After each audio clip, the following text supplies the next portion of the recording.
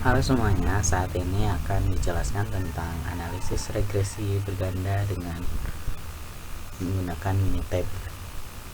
Nah, sebelum itu kita lihat datanya dulu, yaitu ini datanya. Seorang mahasiswa jurusan statistika di Bekasi Timur akan meneliti apakah terdapat pengaruh umur dan berat bayi terhadap panjang bayi. Untuk keperluan penelitian tersebut, diambil 9 sampel bayi secara acak yang telah dilakukan pengukuran sebelumnya. Nah, seperti ini datanya. Sebelum kita ke Minitab, kita lakukan perumusan hipotesisnya terlebih dahulu untuk membantu mahasiswa jurusan statistika meneliti terdapat pengaruh atau tidaknya. Untuk perumusan hipotesisnya yaitu H0 terdapat pengaruh umur bayi X1 dan bobot lahir X2 terhadap panjang bayi. H1-nya tidak terdapat pengaruh umur bayi X1 dan bobot lahir X2 terhadap panjang bayi. Nah, selanjutnya kita buka aplikasi Minitab-nya. Nah, nanti akan muncul seperti ini pada worksheet. Ini worksheet 1, kita masukkan data-datanya. Bisa secara manual dengan mengisi satu-satu atau dengan cara mengcopy pastekan seperti ini. Datanya seperti ini. Nah, setelah datanya dimasukkan, kita ke klik start, lalu ke regression, lalu ke regression lagi, lalu klik fit regression model. Nah, nanti akan muncul kotak dialog seperti ini, kotak dialog dari regression. Lalu masukkan data Y ke variabel respons ini, lalu masukkan data X1 dan X2 nya ke continuous predictor seperti ini, lalu kita ke graph. Nah, di sini klik sesuai yang dibutuhkan. Karena kita akan uji normalitas, maka kita membutuhkan histogram of residual atau normal probability plot of residual. Kita pilih normal probability plot of residual saja. Lalu kita juga membutuhkan uji heteroskedastisitas, maka kita mengklik residual versus fit. Nah, setelah itu kita klik OK. Lalu ke bagian result. Nah, di sini biarkan seperti ini yang bagian atasnya, lalu klik juga Durbin Watson statistik, lalu klik OK. Setelah itu kita ke bagian storage, kita klik di pitch, residual, dan coefficient, lalu klik OK. Lalu setelah selesai kita klik OK. Tunggu beberapa saat sampai keluar outputnya. Nah, outputnya seperti ini. Sebelum kita menginterpretasi output, kita ke bagian ini dulu. Nah, di sini ada data-data baru, ada pitch, resi, dan coef. Nah, tadi uji normalitasnya hanya akan memunculkan grafik, maka dari itu kita akan menghitungnya lagi dengan uji normality test dengan cara data resi ini diuji normality testnya dengan cara klik start lagi, lalu ke basic statistic dan ke normality test. Nah, data resi tadi kita masukkan ke variabel, lalu kita pilih akan menggunakan uji tes normality yang mana. Kita pilih Kolmogorov-Smirnov. Untuk judulnya bebas, kita masukkan uji normalitas saja. Setelah itu kita klik OK. Nah, nanti akan muncul seperti ini. Kita minimize dulu, kita ke perumusan hipotesisnya terlebih dahulu. Nah, dalam analisis regresi linear berganda, kita harus menguji dulu asumsi klasiknya, uji asumsi klasik, yaitu yang pertama ada uji normalitas residual, yaitu dengan cara grafik dan dengan metode pendekatan eksplor pada residual dengan melihat tadi variabel resi tadi. Kita dengan grafik dulu. Penentuan hipotesisnya, H0 distribusi sampel data yaitu variabel residual tidak berbeda dengan distribusi normal secara teoritis. H1-nya distribusi sampel data yaitu variabel residual berbeda dengan distribusi normal secara teoritis. Untuk kriteria pengujiannya, apabila diagram plot menunjukkan plot-plot mengikuti alur garis lurus, maka H0 diterima. Apabila diagram plot menunjukkan plot-plot tidak mengikuti alur garis lurus, maka H0 ditolak. Untuk metode pendekatan eksplor pada residualnya, penentuan hipotesisnya yaitu distribusi sampel data yaitu variabel H0-nya distribusi sampel data yaitu variabel residual tidak berbeda dengan distribusi normal secara teoritis. H1-nya distribusi sampel data yaitu variabel residual berbeda dengan distribusi normal secara teoritis. Untuk kriteria pengujiannya, apabila p-value lebih dari 0,05 maka H0 diterima, dan apabila p-value-nya kurang dari 0,05 maka H0-nya ditolak. Lalu uji yang keduanya ada uji linearitas. Untuk penentuan hipotesisnya, H0-nya tidak terdapat hubungan linear antara variabel independen dengan variabel dependen. H1-nya terdapat hubungan linear antara variabel independen dengan variabel dependen. Untuk kriteria pengujiannya, apabila p-value-nya lebih dari 0,05 maka H0-nya diterima, dan apabila p-value-nya kurang dari 0,05 maka H0-nya ditolak. Untuk uji heteroskedastisitasnya, penentuan hipotesisnya, H0 tidak terdapat gejala heteroskedastisitas dalam model regresi berganda. H1-nya terdapat gejala heteroskedastisitas dalam model regresi berganda. Untuk kriteria pengujiannya, apabila tidak ada pola yang jelas seperti titik-titik menyebar di atas dan di bawah maka H0-nya diterima. Dan apabila ada pola yang jelas seperti titik-titik membentuk pola tertentu yang teratur maka H0-nya ditolak. Lalu selanjutnya ada uji multikolinearitas. Untuk penentuan hipotesisnya, H0-nya tidak terjadi multikolinearitas dalam regresi berganda. H1-nya terjadi multikolinearitas dalam model regresi berganda. Untuk kriteria pengujiannya kita menggunakan nilai PIP. Apabila nilai PIP-nya kurang dari 10 maka H0-nya diterima, dan apabila nilai PIP-nya lebih dari 10 maka H0-nya ditolak. Selanjutnya uji asumsi yang terakhir yaitu uji autokorelasi.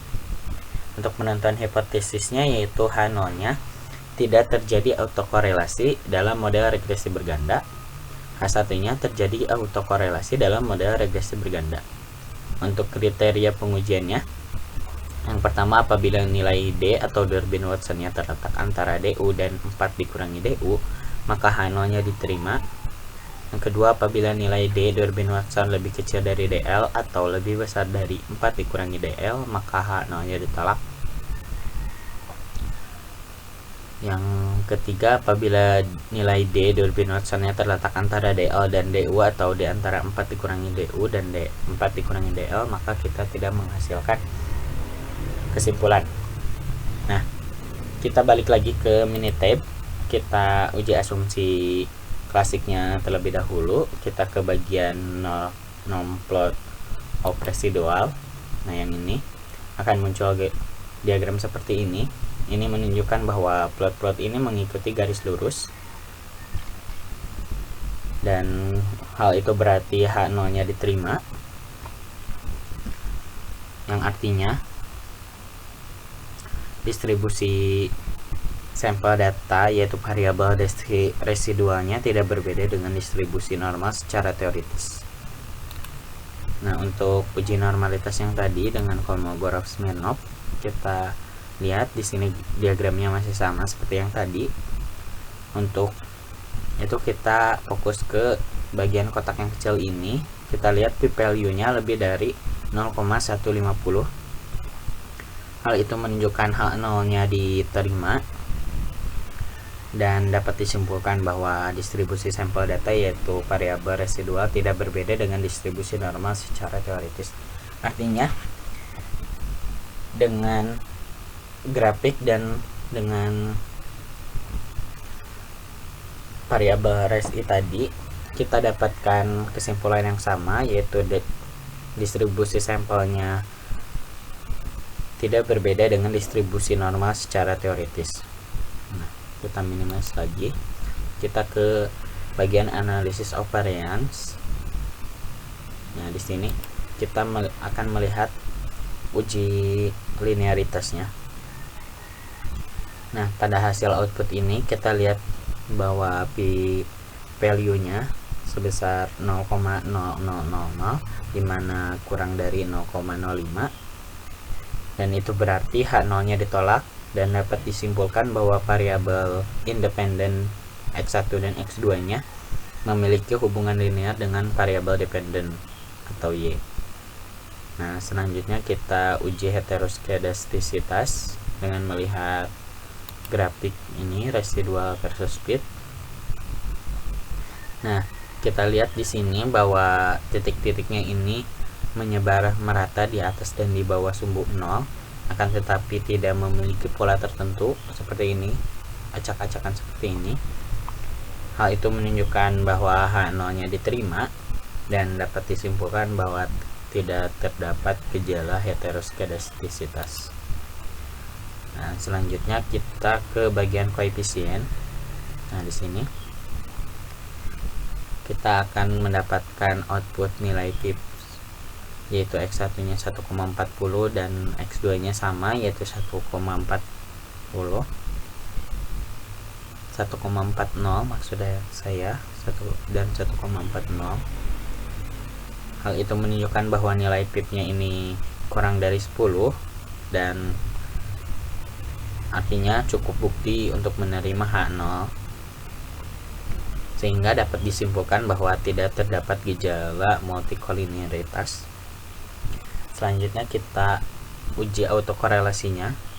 Kita lihat di Durbin-Watson statistik di sini.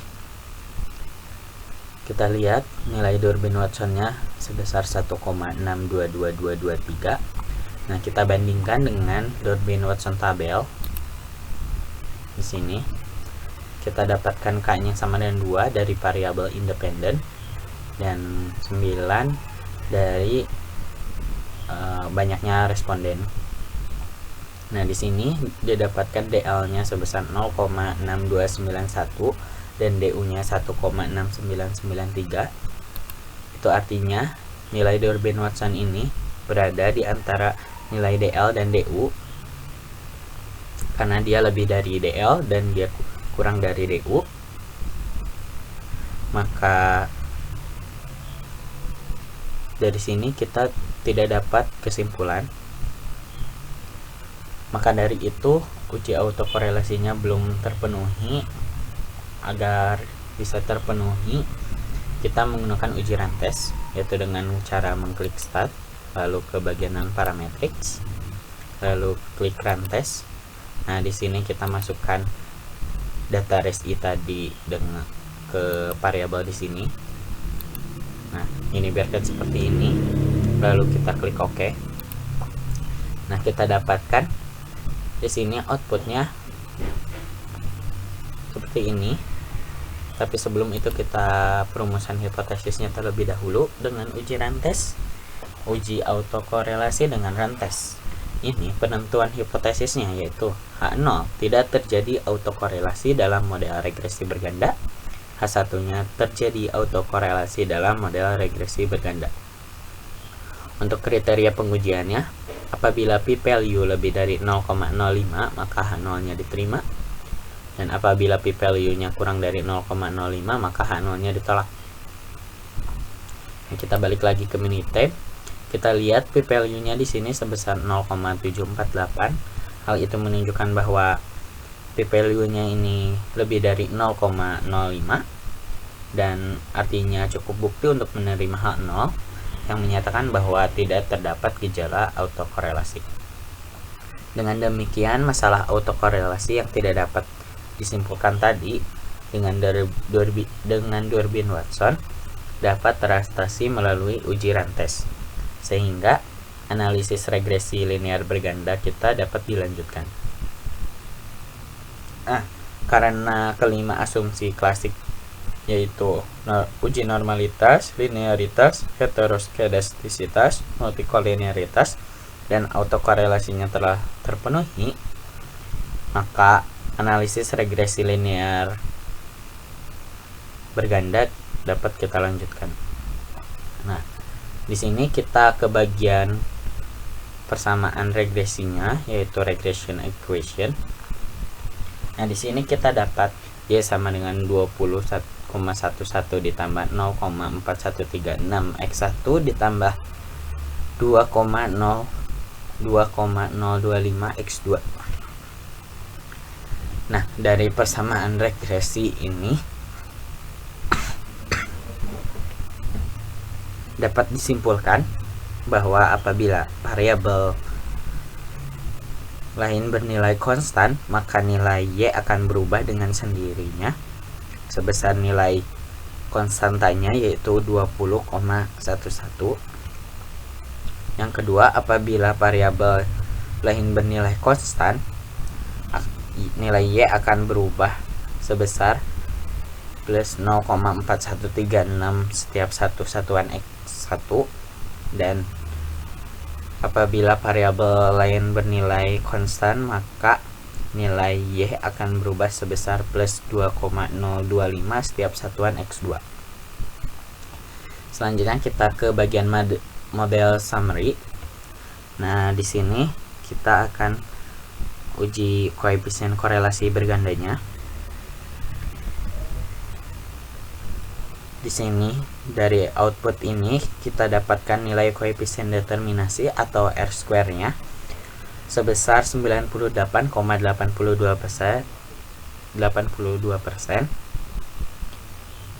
Hal itu menunjukkan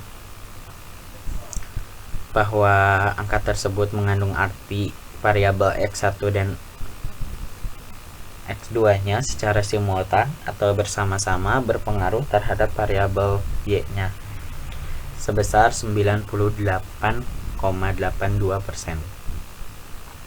Nah, sedangkan sisanya ini yaitu 100% dikurangi 98,8% atau sebesar 1,2% dipengaruhi oleh variabel lain di luar persamaan regresi yang tadi atau variabel yang tidak diteliti. Nah, selanjutnya kita akan uji F regresinya. Sebelum itu kita rumuskan hipotesisnya terlebih dahulu. Nah, di sini penentuan hipotesisnya yaitu H0-nya secara simultan tidak terdapat pengaruh yang signifikan antara umur bayi dan bobot lahir bayi terhadap panjang bayi. Untuk H1-nya secara simultan terdapat pengaruh yang signifikan antara umur bayi dan bobot lahir bayi terhadap panjang bayi. Yang pertama, berdasarkan p-value dari output analysis of variance-nya, kita lihat kriteria pengujiannya, yaitu apabila p-value-nya lebih dari 0,05 maka H0-nya diterima, dan apabila p-value-nya kurang dari 0,05 maka H0-nya ditolak. Pada uji F regresi ini bisa juga dengan melakukan perbandingan nilai F hitung dengan F tabelnya dengan kriteria pengujian, yaitu apabila nilai F hitungnya kurang dari F tabel maka H0-nya diterima, dan apabila nilai F hitung lebih besar dari F tabel maka H0-nya ditolak. Kita balik lagi ke Minitab. Kita lihat pada bagian analysis of variance. Nah, di sini kita dapatkan nilai p-value dari regressionnya yaitu sebesar 0,0000 ya, yang menunjukkan bahwa hal itu kurang dari 0,05, sehingga H0-nya ditolak, dan dapat disimpulkan bahwa secara simultan variabel independen X1 dan X2-nya mempunyai pengaruh bermakna terhadap variabel dependen Y.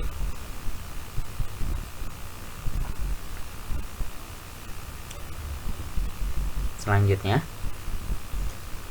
kita akan uji F regresi dengan perbandingan F value nya. Kita lihat F hitungnya di sini 251,65. Kita harus membuka tabel F nya dulu. Di sini tabel F nya kita dapatkan DF untuk pembilangnya yaitu 2 karena variabel independennya ada 2. Lalu DF untuk penyebutnya 7 karena respondennya ada 9 dan variabel independennya ada 2, maka 9 kurangi 2 adalah 7. Kita dapatkan tabel F nya, F tabelnya sebesar 4,774. Nah, disitu menunjukkan bahwa F hitung lebih dari F tabel. Sebagaimana dasar pengambilan keputusan dalam uji F, dapat disimpulkan bahwa H0 nya ditolak, atau dengan kata lain bisa disimpulkan bahwa secara simultan variabel independen X1 dan X2 nya mempunyai pengaruh bermakna terhadap variabel dependen Y. Nah, selanjutnya kita akan uji T parsial. Nah, uji T parsial ini kita rumuskan hipotesisnya dulu. Uji T parsial untuk umur bayi. Penentuan hipotesisnya, H0 nya tidak terdapat pengaruh umur bayi terhadap panjang bayi. H1 nya terdapat pengaruh umur bayi X1 terhadap panjang bayi. Untuk kriteria pengujiannya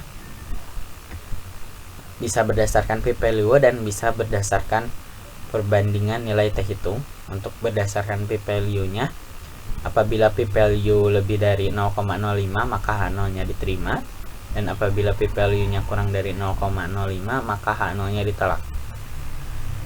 Untuk berdasarkan nilai T hitung dan T tabelnya, apabila nilai T hitungnya kurang dari T tabel maka H0 nya diterima, dan apabila nilai T hitungnya lebih dari T tabel maka H0 nya ditolak. Nah, kita lihat ke sebelum itu uji T parsial untuk uji T keduanya yaitu bobot lahir. Penentuan hipotesisnya yaitu H0 nya tidak terdapat pengaruh bobot lahir X2 terhadap panjang bayi. H1 nya terdapat pengaruh bobot lahir X2 terhadap panjang bayi. Untuk kriteria pengujiannya sama, yaitu berdasarkan p-value dan berdasarkan perbandingan nilai T hitung dengan T tabel. Untuk berdasarkan p-value nya, kriteria pengujiannya apabila p-value lebih dari 0,05 maka H0 nya diterima, dan apabila p-value nya kurang dari 0,05 maka H0 nya ditolak. Berdasarkan perbandingan nilai T hitung dengan T tabelnya, apabila nilai T hitungnya kurang dari T tabel maka H0 nya diterima, dan apabila nilai T hitungnya lebih dari T tabel maka H0 nya ditolak. Nah, kita balik lagi ke output Minitab. Di sini kita ke bagian koefisien. Nah, kita dapatkan p-value dari X1 adalah 0,000. Hal itu menunjukkan bahwa nilainya kurang dari 0,05 dan dapat disimpulkan bahwa H0 nya ditolak, dan mempunyai makna bahwa terdapat pengaruh umur bayi X1 terhadap panjang bayi. Setelah itu kita lihat berdasarkan nilai T hitung dengan T tabel. Kita lihat T tabel. Nah, di sini kita dapatkan ini ya 0,025 karena 0,05 dibagi 2. Lalu kenapa 6 DF-nya? Ini berdasarkan respondennya ada 9. Lalu dikurangi 2 variabel independen, lalu dikurangi DF dari X1 nya yaitu 1. Jadi kita dapatkan nilai T tabelnya sebesar 2,44691 atau 2,447. Nah, dari situ kita dapatkan T tabelnya 2,447, berarti dan T hitungnya 14,43. Hal itu menunjukkan bahwa T kita hitung lebih dari T tabel, dan artinya H0 nya ditolak, dan mempunyai makna bahwa terdapat pengaruh umur bayi X1 terhadap panjang bayi. Selanjutnya kita lihat T hitung untuk X2 yaitu 6,82 maksud saya. Kita lihat T tabelnya. Sebelum itu kita lihat DF nya dulu. DF untuk X2 adalah 1, sama seperti yang tadi, berarti untuk nilai T tabelnya sebesar 2,44691 atau 2,447. Kita lihat tadi T hitungnya 6,82. Hal itu menunjukkan T hitung lebih dari T tabel, dan bermakna bahwa H0 nya ditolak, sehingga dapat disimpulkan bahwa terdapat pengaruh bobot lahir X2 terhadap panjang bayi. Nah, jadi pada regresi linear berganda ini kita dapat simpulkan bahwa H0 nya diterima. Perumusan hipotesis yang awal tadi, H0 nya diterima, yaitu terdapat pengaruh umur bayi X1 dan bobot lahir X2 terhadap panjang bayi. Nah, sekian dari cara analisis regresi berganda dengan Minitab. Mohon maaf jika ada kesalahan. Terima kasih atas perhatiannya, dan sampai jumpa.